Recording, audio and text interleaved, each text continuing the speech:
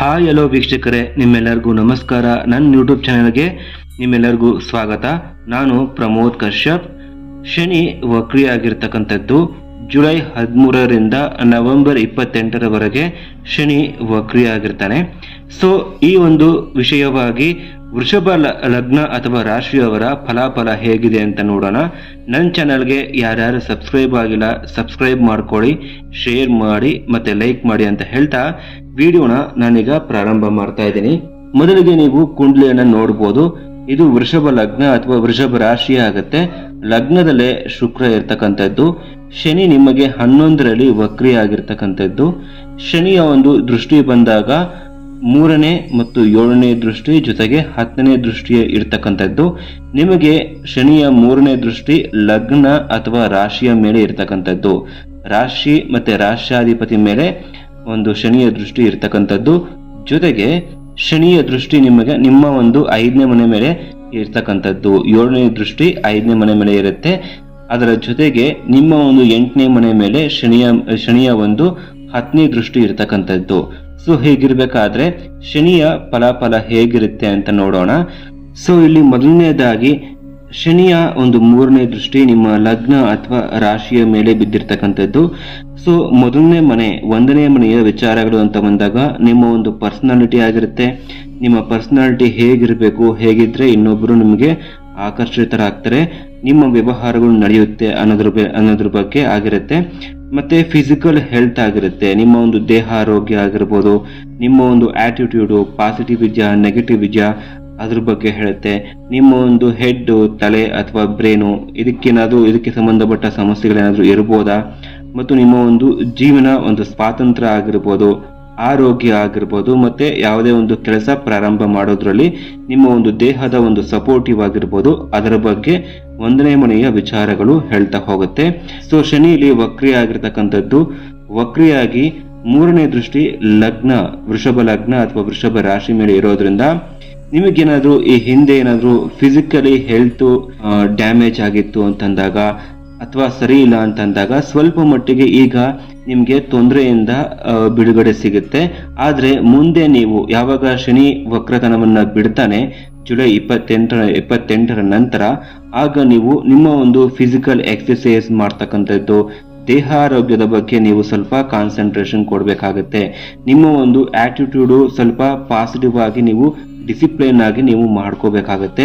ನೀವು ಈ ಒಂದು ಪರ್ಸನಾಲಿಟಿ ಆಗ್ಬೋದು, ಫಿಸಿಕಲ್ ಆರೋಗ್ಯ ಆಗ್ಬೋದು, ನಿಮ್ಮ ಒಂದು ಆಟಿಟ್ಯೂಡ್ ಆಗ್ಬೋದು, ಅಥವಾ ತಲೆ ಅಥವಾ ಬ್ರೈನ್ ಆಗಿರ್ಬೋದು, ನಿಮ್ಮ ಒಂದು ಸ್ವತಂತ್ರ ಬಗ್ಗೆ ಅಥವಾ ನಿಮ್ಮ ಒಂದು ಆರೋಗ್ಯ ಬಗ್ಗೆ ಇವಿಷ್ಟು ವಿಚಾರದಲ್ಲಿ ನೀವು ಕೇರ್ಲೆಸ್ ಆಗಿರ್ತೀರಾ ಅಥವಾ ನಿಮಗೆ ಪರಿಸ್ಥಿತಿ ಚೆನ್ನಾಗಿರೋದಿಲ್ಲ. ಈಗ ಈ ವಿಷಯಗಳಲ್ಲಿ ಪರಿಸ್ಥಿತಿ ನಿಮ್ಮನ್ನ ನೀವು ತಿದ್ಕೊಳ್ಳೋದಕ್ಕೆ ಸರಿಪಡಿಸ್ಕೊಳ್ಳೋದಕ್ಕೆ ಇದು ಒಳ್ಳೆಯ ಸಮಯ. ಯಾವುದೇ ಗ್ರಹ ರೆಟ್ರೋಗ್ರೇಡ್ ಆಗಲಿ ಇವೆಲ್ಲ ತಪ್ಪು ಅಥವಾ ಕೇರ್ಲೆಸ್ ನ ತಿದ್ಕೊಳ್ಳೋಕೆ ಆಗಿರ್ತಕ್ಕಂಥದ್ದು. ಸೊ ಹಾಗಾಗಿ ಈಗೇನೆ ನಿಮ್ಗೆ ದೇಹಾರೋಗ್ಯ ಸ್ವಲ್ಪ ಕುಂಠಿತವಾಗಿತ್ತು ಅಂತಂದಾಗ, ತಲೆ ನೋವು ಅಥವಾ ಇನ್ನಿತರ ಸಮಸ್ಯೆಗಳು ಇತ್ತು ಅಂತಂದಾಗ ಅದನ್ನ ಸರಿಪಡಿಸ್ಕೊಳ್ಳೋಕೆ ಆಹಾರದಲ್ಲೇ ಆಗ್ಬೋದು, ಒಂದು ವ್ಯಾಯಾಮ ಮಾಡ್ತಕ್ಕಂಥದ್ದು, ಈ ಮುಖೇನ ಸರಿಪಡಿಸ್ಕೊಳ್ಳೋಕೆ ಒಂದು ಉತ್ತಮ ಸಮಯ ಆಗಿರುತ್ತೆ. ಯಾವಾಗ ಶನಿ ವಕ್ರವನ್ನ ಬಿಡ್ತಾನೆ ನವೆಂಬರ್ 28ರ ನಂತರ, ಆಗ ಮತ್ತೆ ನಿಮಗೆ ದೇಹಕ್ಕೆ ಮತ್ತೆ ಮನಸ್ಸಿಗೆ ಸ್ಟ್ರೆಸ್ ಜಾಸ್ತಿ ಆಗ್ತಾ ಹೋಗುತ್ತೆ. ಮತ್ತೆ ಕೆಲಸ ಮಾಡೋ ಸ್ಥಳಗಳಲ್ಲಿ ನೇರವಾಗಿ ಎಲ್ಲಾ ಕೆಲಸವು ನಿಮ್ಮ ಮೇಲೆ ಫೋಕಸ್ ಜಾಸ್ತಿ ಆಗ್ತಾ ಹೋಗುತ್ತೆ. ನೀವು ಎಫರ್ಟ್ ಜಾಸ್ತಿ ಹಾಕ್ಬೇಕು. ಈ ಹಿಂದೆ ನೀವೇನ್ ಕೆಲಸ ಮಾಡ್ತಿದ್ರಿ ಅದಕ್ಕಿಂತಲೂ ಕೂಡ ಎಫರ್ಟ್ ಜಾಸ್ತಿ ಹಾಕ್ಬೇಕಾಗತ್ತೆ. ಎಲ್ಲರೂ ನಿಮ್ಮ ಮೇಲೆ ಡಿಪೆಂಡ್ ಆಗ್ತಾ ಹೋಗ್ತಾರೆ, ಸಪೋರ್ಟ್ ಯಾರು ಬರೋದಿಲ್ಲ. ಹಾಗಾಗಿ ನೀವು ಮುಂದೆ ಈ ರೀತಿಯ ಒಂದು ಕಷ್ಟಗಳನ್ನ ಎದುರಿಸೋದಕ್ಕೋಸ್ಕರ ನಿಮ್ಮ ಒಂದು ದೇಹದ ಶಕ್ತಿ ಇವಾಗ ಸರಿ ಇದೆಯಾ, ಅದಕ್ಕೆ ಪ್ರಿಪೇರ್ ಆಗ್ತಿದ್ಯಾ ಅಂತ ನೋಡ್ಕೊಂಡು ನೀವು ಪ್ರಿಪೇರ್ ಮಾಡ್ಕೋಬೇಕಾಗತ್ತೆ. ನಂತರ ಶನಿ ಇಲ್ಲಿ ನಿಮ್ಗೆ ಮೀನರಾಶಿಯಲ್ಲಿ ಇದ್ದು ವಕ್ರಿ ಆಗಿರ್ತಕ್ಕಂಥದ್ದು. ಮೀನರಾಶಿ ಆಧ್ಯಾತ್ಮಿಕತೆ, ನಿಮ್ಮ ಒಂದು ಸಬ್ಕಾನ್ಶಿಯಸ್ ಮೈಂಡು ಅಥವಾ ಸ್ಪಿರಿಚುವಲ್ ಲೆಸನ್ ಆಗಿರ್ಬೋದು. ನೀವು ನಿಮ್ಮ ಒಂದು ಆಂತರ್ಯವನ್ನ ಎಷ್ಟು ಅರ್ಥ ಮಾಡ್ಕೊಂಡಿದ್ದೀರಾ, ನಿಮ್ಮನ್ನ ನೀವು ನಿಮ್ಮ ಒಂದು ಮನಸ್ಸನ್ನ ಆಗಿರ್ಬೋದು, ನಿಮ್ಮ ಒಂದು ದೇಹ ಆಗಿರ್ಬೋದು, ನಿಮ್ಮ ಒಂದು ಭಾವನೆಗಳನ್ನಾಗಿರ್ಬೋದು ಎಷ್ಟು ಅರ್ಥ ಮಾಡ್ಕೊಂಡಿದ್ದೀರಾ ಅದರ ಬಗ್ಗೆ ಇನ್ನಷ್ಟು ನಿಮ್ಮನ್ನ ನೀವು ಡೆಪ್ತ್ ಆಗಿ ಕನೆಕ್ಟ್ ಆಗ್ತಾ ಹೋಗ್ಬೇಕು. ಎಲ್ಲೋ ಒಂದು ಕಡೆ ಈ ಹಿಂದೆ ಶನಿ ನಿಮಗೆ 10ರಲ್ಲಿದ್ದು ವರ್ಕ್ ಲೋಡ್ ಜಾಸ್ತಿ ಆಗಿರುತ್ತೆ. ನೀವು ಜಾಬ್ ಮೇಲೆ ಹೆಚ್ಚು ಫೋಕಸ್ ಆಗಿರ್ತೀರಾ. ಜಾಬ್ ಬಿಟ್ಟು ಇನ್ಯಾವ್ದ್ರ ಬಗ್ಗೆನೂ ನೀವು ತಲೆ ಕೆಡಿಸ್ಕೊಂಡಿರಲ್ಲ. ಸೊ ಹಾಗಾಗಿ ನಿಮ್ಗೆ ಮೆಂಟಲಿ ಮತ್ತೆ ದೇಹದಲ್ಲಿ ಸ್ವಲ್ಪ ಸ್ಟ್ರೆಸ್ ಜಾಸ್ತಿ ಆಗಿರುತ್ತೆ. ಈಗ ನಿಮ್ಮನ್ನ ನೀವು ಎಷ್ಟು ಕನೆಕ್ಟ್ ಆಗಿದ್ದೀರಾ ಅದನ್ನ ನೀವು ನೋಡ್ಕೊಂಡು ನಿಮ್ಮನ್ನ ನೀವು ಹೆಚ್ಚು ಕನೆಕ್ಟ್ ಆಗೋದಕ್ಕೆ ಪ್ರಯತ್ನ ಮಾಡಬೇಕು. ಶನಿ ನಿಮಗೆ 11ರಲ್ಲಿ ವಕ್ರಿ ಆಗಿರೋದ್ರಿಂದ 11ನೇ ಮನೆಯ ವಿಚಾರ ಅಂತ ಬಂದಾಗ ನಿಮ್ಮ ಒಂದು ಪ್ರಾಫಿಟ್, ಆದಾಯ, ಲಾಭ ಅಂತ ಹೇಳ್ತೀವಿ. ಡಿಸೈರ್, ನಿಮ್ಮ ಒಂದು ಬಯಕೆಗಳಾಗಿರ್ಬೋದು, ಫುಲ್ಫಿಲ್ಮೆಂಟ್ ಆಗಿರ್ಬೋದು, ಜೊತೆಗೆ ನಿಮ್ಮ ಒಂದು ಸ್ನೇಹಿತರು, ಫ್ರೆಂಡ್ಸ್ ಅಂತ ಹೇಳ್ತೀವಿ. ಆನಂತರ ಸೋಷಿಯಲ್ ಸರ್ಕಲ್ಸ್ ಅಂತ ಹೇಳ್ತೀವಿ. ಅಂದ್ರೆ ಸೋಷಿಯಲ್ ಗ್ರೂಪ್ ಅಲ್ಲಿ ನೀವೇನಾದ್ರೂ ವರ್ಕ್ ಮಾಡ್ತಿದ್ರೆ, ವ್ಯವಹಾರ ಇಟ್ಕೊಂಡಿತ್ತು ಅಂತಂದಾಗ ಅದನ್ನ ಇದು ರೆಪ್ರೆಸೆಂಟ್ ಮಾಡುತ್ತೆ. ನಿಮ್ಮ ಒಂದು ನಂಬಿಕೆ, ಆತ್ಮವಿಶ್ವಾಸ ಆಗಿರ್ಬೋದು, ನಿಮ್ಮ ಒಂದು ಸಂಪರ್ಕಗಳಾಗಿರ್ಬೋದು, ಅಣ್ಣ ಅಥವಾ ಅಕ್ಕ, ಜೊತೆಗೆ ಒಂದು ಗ್ರೂಪ್ಸ್ ಅಂತ ನಾವು ಹೇಳ್ತೀವಿ. ನಿಮ್ಮ ಒಂದು ಪಾಪ್ಯುಲಾರಿಟಿ ಆಗಿರ್ಬೋದು, ಸೋಷಿಯಲ್ ಮೀಡಿಯಾ ಆಗಿರ್ಬೋದು, ಸಕ್ಸಸ್ ಥ್ರೂ ಕಮ್ಯುನಿಟಿ ಅಂತ ಹೇಳುತ್ತೆ. ಕ್ಲಬ್ಸ್ ಮತ್ತೆ ಗ್ರೂಪ್ಸ್ ಅನ್ನ ಇದು ರೆಪ್ರೆಸೆಂಟ್ ಮಾಡುತ್ತೆ. ಚಾರಿಟಿ, ಹ್ಯುಮ್ಯಾನಿಟೇರಿಯನ್ ನ ತೋರಿಸುತ್ತೆ. ಸೊ 11ನೇ ಮನೆ ಇವಿಷ್ಟು ವಿಚಾರಗಳನ್ನ ತೋರಿಸುತ್ತೆ. ಇವಿಷ್ಟು ವಿಚಾರದಲ್ಲಿ ನೀವೇನಾದ್ರೂ ಮಿಸ್ಟೇಕ್ ಮಾಡ್ತಿತ್ತು ಅಂತಂದಾಗ, ಕೇರ್ಲೆಸ್ ಮಾಡ್ತಿತ್ತು ಅಂತಂದಾಗ ಮತ್ತೆ ನೀವು ಇದಕ್ಕೆ ಕನೆಕ್ಟ್ ಆಗಿ ಡಿಸಿಪ್ಲಿನ್ ಆಗಿ ಇದನ್ನ ನೀವು ಸರಿಪಡಿಸ್ಕೋಬೇಕಾಗತ್ತೆ. ಉದಾಹರಣೆಯಾಗಿ ನೀವು ಫ್ರೆಂಡ್ಸ್ ವಿಚಾರದಲ್ಲಿ ಏನಾದ್ರೂ ಒಂದು ತಪ್ಪು ಮಾಡ್ತಿತ್ತು ಅಂತಂದಾಗ, ಎಲ್ಲೋ ಒಂದ್ ಕಡೆ ಕನೆಕ್ಷನ್ ಸರಿಯಾಗಿ ಬಿಲ್ಡ್ ಆಗ್ತಿಲ್ಲ ಅಂತಂದಾಗ ನೀವು ಮತ್ತೆ ಫ್ರೆಂಡ್ಸ್ ಜೊತೆ ಸೇರಿ ಸರಿಯಾಗಿ ಎಲ್ಲಿ ನಮ್ಮ ಒಂದು ಸಮಸ್ಯೆ ಆಗ್ತಿದೆ ಅಂತ ತಿಳ್ಕೊಂಡು ನೀವು ಸ್ನೇಹಿತನವನ್ನ ನೀವು ಗಟ್ಟಿಗೊಳಿಸ್ಕೋಬೇಕು, ಸ್ನೇಹ ಸಂಬಂಧವನ್ನ ಗಟ್ಟಿಗೊಳಿಸ್ಕೋಬೇಕಾಗತ್ತೆ. ಜೊತೆಗೆ ನಿಮ್ಮ ಒಂದು ಬಯಕೆ ಏನಿದೆ, ಇಷ್ಟಾರ್ಥಗಳು ಏನಿದೆ, ಅದನ್ನ ನಾವು ನೆರವೇರಿಸ್ಕೊಳ್ಳೋಕೆ ಯಾವ ರೀತಿ ನಾನು ಪ್ರಯತ್ನ ಮಾಡಬೇಕು ಅನ್ನೋದ್ರ ಬಗ್ಗೆ ನೀವೊಂದು ಕ್ಲಾರಿಟಿ ಇಟ್ಕೊಂಡು ಡಿಸಿಪ್ಲಿನ್ ಆಗಿ ನೀವು ಆ ಒಂದು ವಿಷಯದಲ್ಲಿ ಪ್ರಯತ್ನವನ್ನ ಮಾಡಬೇಕಾಗಿರುತ್ತೆ. ಆತ್ಮವಿಶ್ವಾಸದಲ್ಲಿ ಎಲ್ಲೋ ಒಂದು ಕಡೆ ನಿಮಗೆ ಸ್ವಲ್ಪ ಕುಂಠಿತ ಆಗಿರ್ಬೋದು. ನೀವು ನಿಮ್ಮನ್ನ ನೀವು ಕನೆಕ್ಟ್ ಆದಾಗ, ಧ್ಯಾನವನ್ನ ಮಾಡಿದಾಗ ನಿಮ್ಮಲ್ಲಿನ ಒಂದು ಆತ್ಮವಿಶ್ವಾಸ ಹೆಚ್ಚಾಗ್ತಾ ಹೋಗುತ್ತೆ. ಅಣ್ಣ ಅಥವಾ ಅಕ್ಕ ಇವರಿಬ್ಬರ ಒಂದು ಸಂಬಂಧದಲ್ಲಿ ಏನಾದರೂ ತೊಂದರೆ ಆಗಿತ್ತು ಅಂತಂದಾಗ ಸರಿಪಡಿಸ್ಕೊಳ್ಳೋಕೆ ಮತ್ತೆ ಆ ಒಂದು ಸಂಬಂಧದಲ್ಲಿ ರೀಕನೆಕ್ಟ್ ಆಗೋದಕ್ಕೆ ಇದು ಒಳ್ಳೆಯ ಸಮಯ ಅಂತ ನಾವು ಹೇಳ್ತೀವಿ.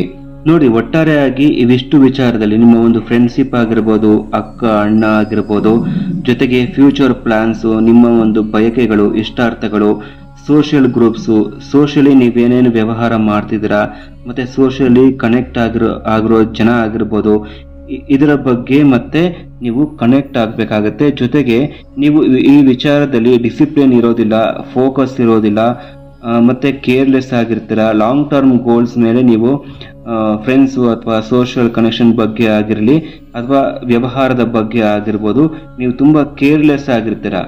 ಇವಿಷ್ಟು ವಿಚಾರದಲ್ಲಿ ನೀವು ದೀರ್ಘಕಾಲದ ಒಂದು ಫೋಕಸ್ ಅನ್ನ ಕೊಡ್ಬೇಕಾಗತ್ತೆ, ಒಂದು ದೃಷ್ಟಿಯನ್ನ ಕೊಡ್ಬೇಕಾಗತ್ತೆ. ಜೊತೆಗೆ ಶ್ರದ್ಧೆಯಿಂದ, ಶಿಸ್ತಿನಿಂದ ಈ ಎಲ್ಲಾ ವಿಚಾರದಲ್ಲಿ ನೀವು ನಿಮ್ಮನ್ನು ನೀವು ಹತ್ತಿರವಾಗಿಸ್ಕೋಬೇಕು. ಇವಕ್ಕೆ ನೀವು ಹತ್ತಿರ ಆಗಿ ಕನೆಕ್ಟ್ ಆಗಿ ಸೋಷಿಯಲಿ ನೀವು ಒಂದು ಕ್ಲಾರಿಟಿಯನ್ನ ತಗೊಂಡು ವ್ಯವಹಾರವನ್ನ ಮಾಡಬೇಕಾಗತ್ತೆ. ಅಕ್ಕ ಅಥವಾ ಅಣ್ಣ ಈ ಒಂದು ಸಂಬಂಧಗಳಲ್ಲಿ ಸಮಸ್ಯೆ ಇತ್ತು ಅಂತಂದಾಗ ಅದು ಸರಿಪಡಿಸ್ಕೊಳ್ಳೋಕೆ ನಿಮಗಿದು ಒಂದು ಒಳ್ಳೆಯ ಸಮಯ ಆಗಿರುತ್ತೆ. ಸರಿಯಾಗಿ ಶಿಸ್ತಿನಿಂದ ಫೋಕಸ್ ಮಾಡಲಿಲ್ಲ ಅಂದ್ರೆ ಇವಿಷ್ಟು ವಿಚಾರದಲ್ಲಿ ಮುಂದೆ ನಿಮಗೆ ಲಾಸ್ ಅಂತ ನಾವು ಹೇಳ್ಬೋದು. ನಂತರ ಮುಂದಿನ ವಿಚಾರ, ಶನಿಯ ಒಂದು 7ನೇ ದೃಷ್ಟಿ ನಿಮ್ಮ ಒಂದು 5ನೇ ಮನೆ ಮೇಲೆ ಬಿದ್ದಿರ್ತಕ್ಕಂಥದ್ದು, ಅಂದ್ರೆ ಕನ್ಯಾ ರಾಶಿ ಮೇಲೆ. ಮುಖ್ಯವಾಗಿ 5ನೇ ಮನೆಯ ವಿಚಾರಗಳು ಏನು ಅಂತ ನೋಡೋಣ. ಕ್ರಿಯೇಟಿವಿಟಿ, ವಿದ್ಯೆ ಅಂದ್ರೆ ಎಜುಕೇಶನ್ ಆಗಿರುತ್ತೆ, ಲವ್, ರೊಮ್ಯಾನ್ಸ್, ಮಕ್ಕಳು, ನಿಮ್ಮ ಒಂದು ಬುದ್ಧಿವಂತಿಕೆ, ಜೊತೆಗೆ ಸ್ಟಾಕ್ ಮಾರ್ಕೆಟ್ ಆಗಿರ್ಬೋದು, ಫನ್ ಅಂಡ್ ಎಂಟರ್ಟೈನ್ಮೆಂಟ್, ಪರ್ಫಾರ್ಮೆನ್ಸ್ ಆಗಿರ್ಬೋದು, ಮಂತ್ರ ಅಥವಾ ಹೀಲಿಂಗು, ಟ್ರೀಟ್ಮೆಂಟ್ ಆಗಿರ್ಬೋದು, ಜೊತೆಗೆ ಪ್ರೆಗ್ನೆನ್ಸಿ.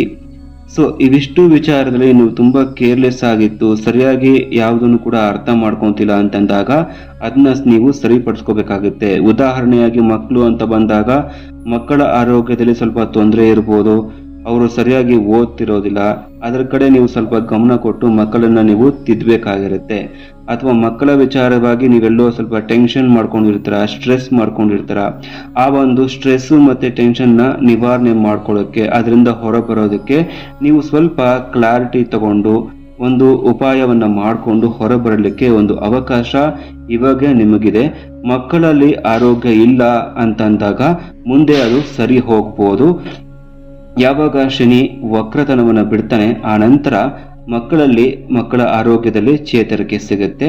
ಮತ್ತೆ ಯಾರಿಗೆ ಮಕ್ಕಳಾಗಿಲ್ಲ ಅವ್ರಿಗೆ ಈ ಒಂದು ಶನಿ ವಕ್ರತನ ಬಿಟ್ಟಾಗ ಮಕ್ಕಳಾಗುವ ಸಾಧ್ಯತೆ ಇರುತ್ತೆ.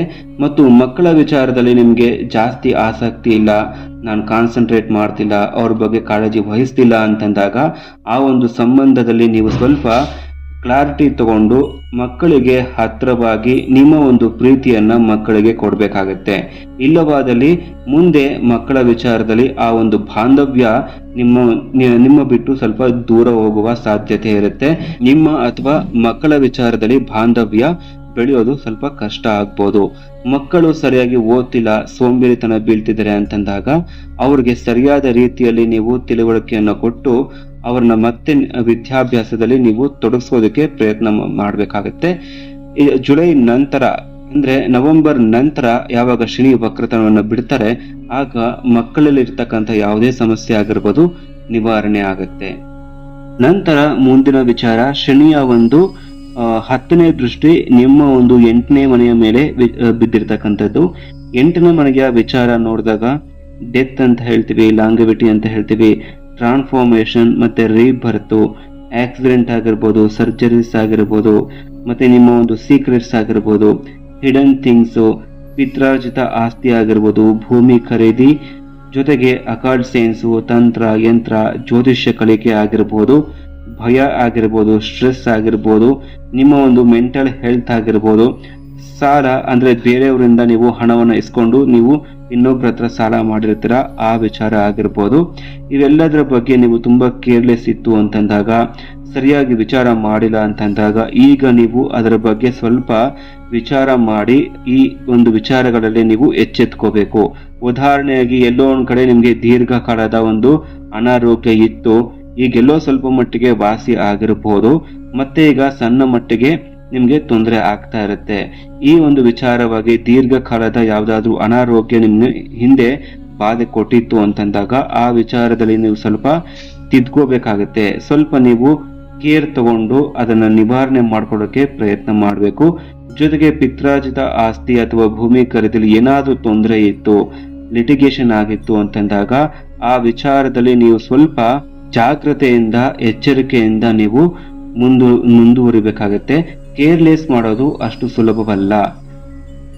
ನಿಮಗೆ ಭಯ ಇತ್ತು, ಸ್ಟ್ರೆಸ್ ಇತ್ತು ಅಂತಂದಾಗ ಈ ಒಂದು ಸಂದರ್ಭದಲ್ಲಿ ನೀವು ಕೂತು ಧ್ಯಾನವನ್ನ ಮಾಡಿದಾಗ, ಜೊತೆಗೆ ದಾನವನ್ನ ಮಾಡ್ಕೊಂಡಾಗ ಖಂಡಿತವಾಗಿಯೂ ನಿಮಗೆ ಯಾವುದೇ ಒಂದು ರೀತಿ ಸ್ಟ್ರೆಸ್, ಟೆನ್ಷನ್ ಆಗಿರ್ಬೋದು, ಮೆಂಟಲ್ ಇಲ್ನೆಸ್ ಅಥವಾ ಅಂದ್ರೆ ಮಾನಸಿಕ ರೋಗಗಳಾಗಿರ್ಬೋದು, ಇವೆಲ್ಲವೂ ಕೂಡ ನಿವಾರಣೆ ಆಗ್ತಾ ಹೋಗುತ್ತೆ. ಇವಿಷ್ಟು ವಿಚಾರದಲ್ಲಿ ಪಿತ್ರಾರ್ಜಿತ ಆಸ್ತಿ ಆಗಿರ್ಬೋದು, ನಿಮ್ಮ ಒಂದು ಮಾನಸಿಕ ಆರೋಗ್ಯ ಆಗಿರ್ಬೋದು, ಜೊತೆಗೆ ನಿಮ್ಮ ಒಂದು ದೀರ್ಘಕಾಲದ ಅನಾರೋಗ್ಯ ಆಗಿರ್ಬೋದು, ಅದರ ಕಡೆ ನೀವು ಸ್ವಲ್ಪ ಗಮನ ಕೊಡ್ಬೇಕಾಗತ್ತೆ. ನೀವು ದೀರ್ಘಕಾಲದ ಒಂದು ಅನಾರೋಗ್ಯವನ್ನ ನೀವು ಕೇರ್ಲೆಸ್ ಮಾಡ್ತಿತ್ತು ಅಂತಂದಾಗ, ಅದ್ರ ಕಡೆ ನೀವು ಗಮನ ಕೊಡ್ದಿರಾ ನಿಮ್ಮದೇ ನೀವು ಕೆಲಸ ಮಾಡ್ಕೊಂಡು ಹೋಗ್ತಿತ್ತು ಅಂತಂದಾಗ ಮುಂದೆ ನಿಮಗೆ ಸರ್ಜರಿ ಆಗುವ ಸಾಧ್ಯತೆ ಇರುತ್ತೆ. ಆ ಸರ್ಜರಿನ ಹಾಸ್ಪಿಟಲ್ಗೆ ಹೋಗೋದನ್ನ, ಆ ಖರ್ಚನ್ನ ನೀವು ತಪ್ಪಿಸ್ಬೇಕು ಅಂತಂದಾಗ ಈಗ ನೀವು ಎಚ್ಚೆತ್ತುಕೊಂಡು ಅದರ ಬಗ್ಗೆ ಸ್ವಲ್ಪ ಕೇರ್ ತಗೋಬೇಕು.